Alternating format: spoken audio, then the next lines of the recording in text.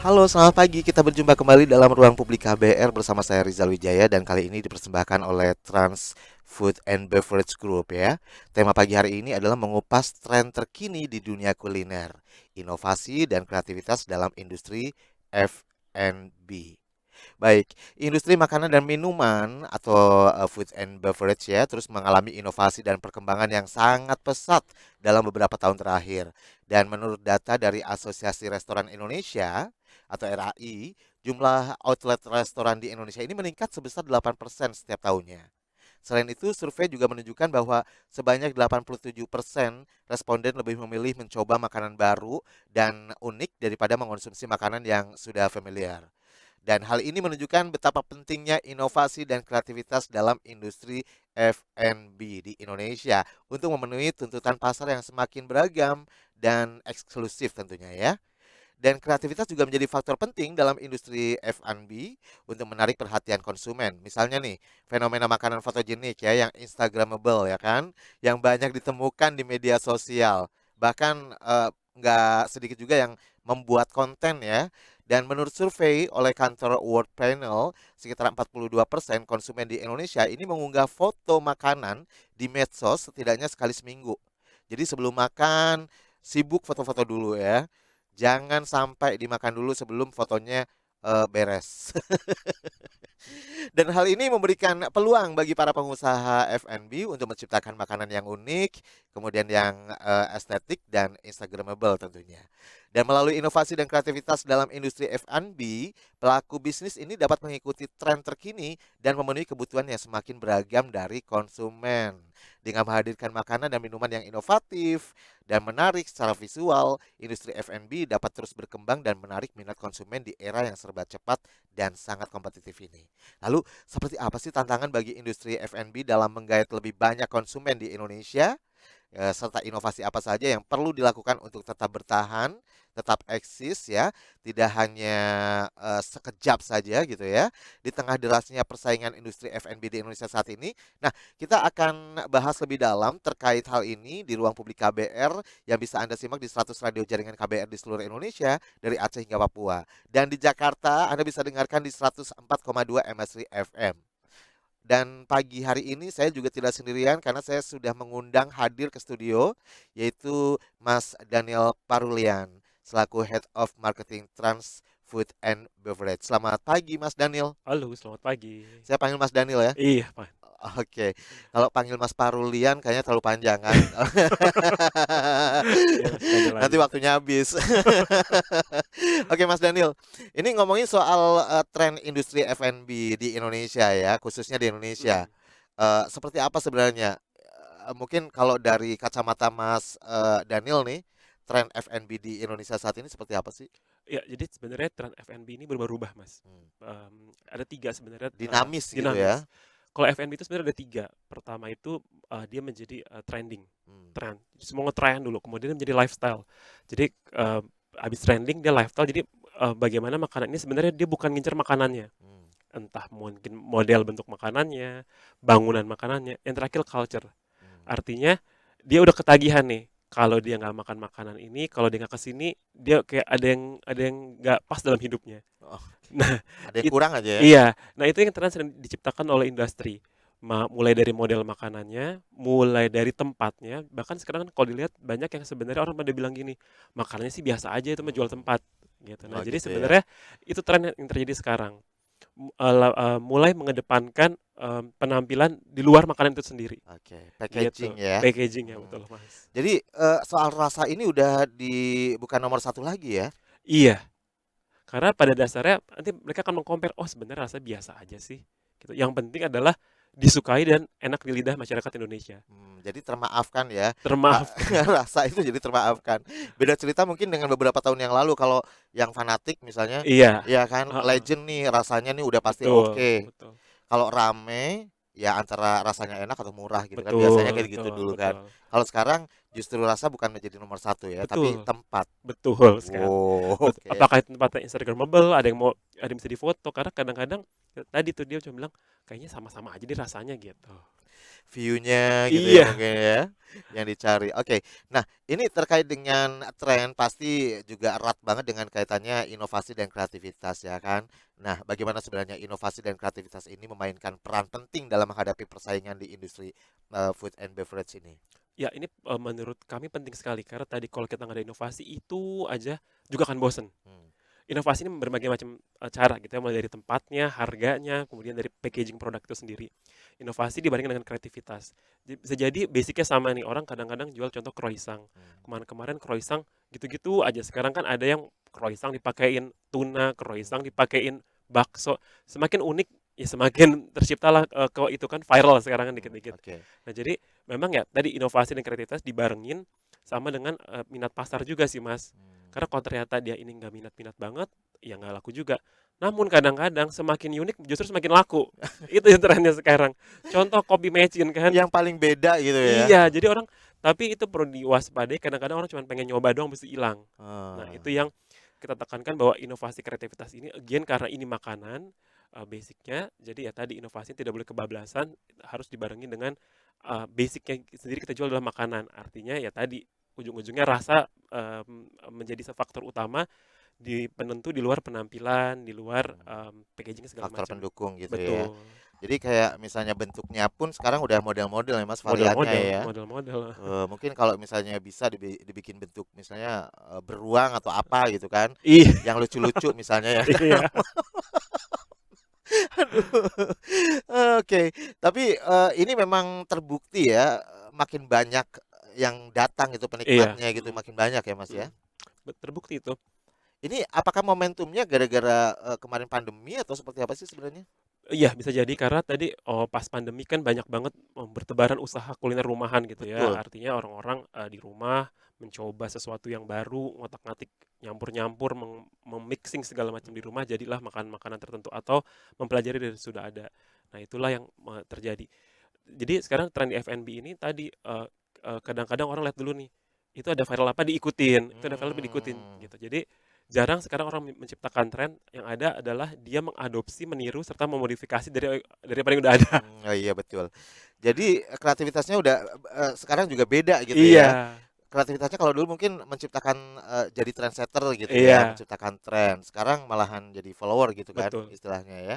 Tapi tentunya dari yang satu ke yang lain inovasinya juga beda-beda. Terbukti betul. tadi disebutkan bahwa ada apa namanya meniru, mencontoh, menambahi gitu ya, Iya. 3M itu ya. Oke, kemudian nih langkah-langkah apa nih yang dapat diambil oleh industri F&B untuk mengembangkan inovasi dan kreativitas dalam industri ini, Mas? Pertama adalah mengenai research dulu pastinya. Tentu saja, segala inovasi dan kreativitas ini nggak akan datang kalau tidak di-research dengan baik. Jadi, langkah-langkah yang diambil pertama kita research dulu. Jadi tidak bisa yang asal gitu Iya, ya. kita research dulu kalau emang betul-betul mau pure, dia jualan, tadi paket lengkap, Hmm. tempat, rasa, serta penampilan. Terkadang kan ada yang dia hanya menjual tempatnya doang gitu, tapi kan, ujung-ujungnya customer nggak balik. Jadi pertama Hmm. di-research dulu, research berdasarkan apa yang customer inginkan, kemudian kira-kira ini di Indonesia trennya seperti apa, kemudian kita ambil tren dari luar, kita coba copy apakah cocok apa enggak. Di-combine. Iya, itu pertama kita research, yang kedua adalah tadi kita harus tahu bahwa Indonesia ini mostly kebanyakan penikmat makanan gurih gitu Hmm. ya, penikmat makanan yang ya gurih lah bisa dikatakan, bukan yang aneh-aneh dan, tadi kalau kita mau bikin dia porsinya kecil harus sesuai dengan harga karena terkadang harga juga menentukan gitu ya, mmm Pengaruhnya lumayan besar iya, juga ya harga ya. kadang-kadang ada bilang, "Aduh tuh harganya mahal banget sih," padahal gitu doang gitu. Tadi awalnya memang betul harus di-research dulu Mas, kira-kira apa yang bisa kita lakukan, baru kita develop berdasarkan tadi kondisi market di Indonesia. Heeh, Oke. Jadi tetap ya yang namanya local taste-nya juga perlu diperhatikan seperti perlu itu ya. perlu, Bukan semata-mata misalnya western terus benar-benar diadopsi pure western nggak iya, dikombinasi dengan local taste itu heeh juga nggak heeh. bakalan ini ya, rame ya. Mungkin ramai tapi untuk market tertentu gitu. Segmented ya. Iya, jadi tidak kalau mau dia ya tergantung ya Mas, misalkan gini, F&B ini hanya ingin untuk segmen kalangan tertentu, Hmm. gitu. Nah, jadi ya dia tidak akan berharap masyarakat banyak yang datang ke tokonya, Oke, gitu. berarti langkah pertama juga mungkin yang perlu diperhatikan adalah ini ya segmennya ya, target Betul, audiensnya gitu iya ya. betul. Sama loh kayak penyiar gitu juga loh. Aduh. Nah, ini terkait dengan era digital gitu ya. Semua orang kan tadi kan sempat disebutkan setelah pandemi nih terutama ya, momen pandemi ini menjadi titik balik semua orang bisa memproduksi makanan sendiri, Mhm, kayak UMKM rumahan kan mhm. banyak banget tuh ya. Betul Dan bisa belajar dari sosmed, dari betul YouTube betul, tutorialnya, heeh. nggak pakai ikut trending segala Iya macam ya nggak sih? iya, Dan bisa menciptakan banyak varian-varian makanan baru. betul. Nah, ini kan peran media sosial. Pengaruhnya seperti apa sih terhadap tren dan popularitas makanan serta minuman di industri F&B ini? Saya rasa perannya sama dengan semua industri ya. Hmm, Ini benar-benar, bisa membawa sesuatu yang baik dan buruk gitu ya. betul. Sekarang dikit-dikit, makanan enak, makanan bagus, cepat viralnya, gitu ya. Makanan yang nggak enak pun atau ada salah sedikit juga cepat Lebih viralnya. viral. Iya. Nah, ini yang sebenarnya kita harus hati-hati gitu, Hmm, karena kadang-kadang cuman ada sedikit aja kesalahan tuh udah langsung mempengaruhi brand serta makanan itu. kayaknya rusak semuanya udah. Iya. Jadi kalau untuk sesuatu yang, pemula, yang ibarat kata UMKM atau Hmm, pemula, itu ini bagus banget media sosial. Kenapa? Karena ya tadi cepet viralnya, cepet taunya.